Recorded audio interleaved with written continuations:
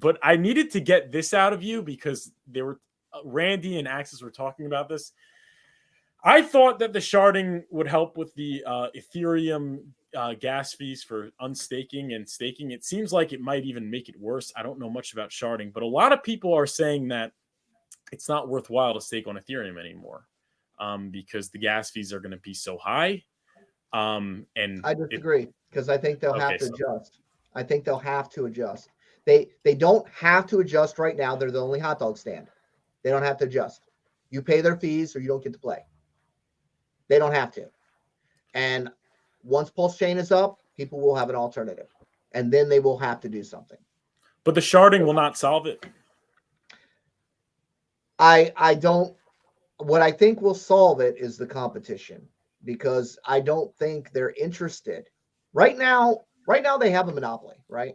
You want to work on our network. You want to use the centralized exchanges. You want to do peer-to-peer transfers. You want to do, online.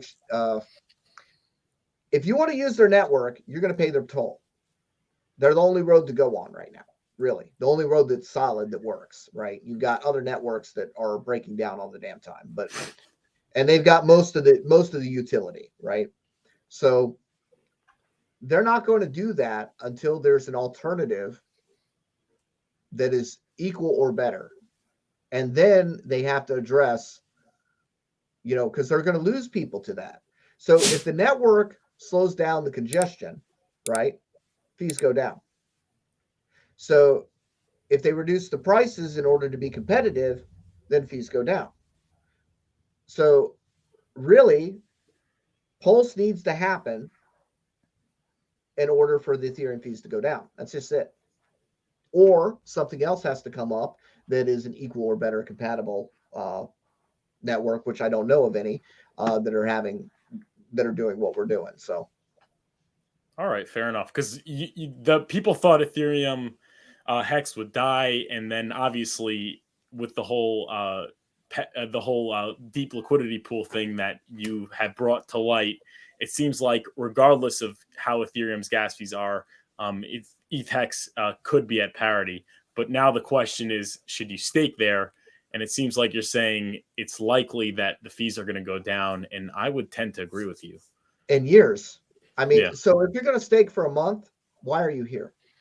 I mean, seriously, this is the thing. If you're going to stake, unless you're going to stake for like 2 years, there's no reason for you to stake. Okay. You know what's going to happen? If you can't stake for 2 years, you're going to emergency on stake. You're going to undo all your progress.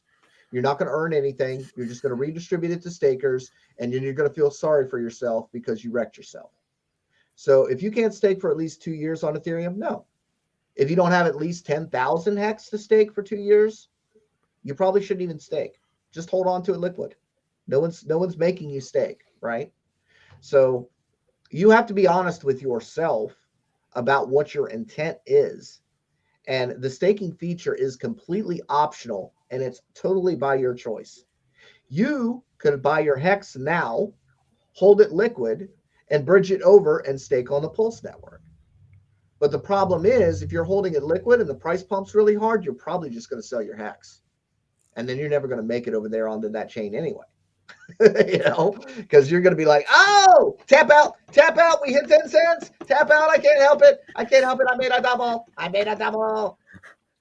Yeah, it's true. And also the T-share rate is running up against you, and you haven't been earning. So a lot of people thought that HEX pulsechain would be released a month ago. If you were a year ago, I'm sorry, if you were waiting liquid for a year, you missed out on all the HEX you could have earned staked, and your T-share rate is so much lower. 6,000 and T-share rate changed too. It's 26%. Think about like how much the USD value you're going to lose if like HEX keeps on going up. It's crazy. Yeah, so like when HEX was a penny and it was only 20,000 HEX, then you have what, a $200 T-share, right? Yeah. And then so if it was a penny now, it would be a $260 T-share.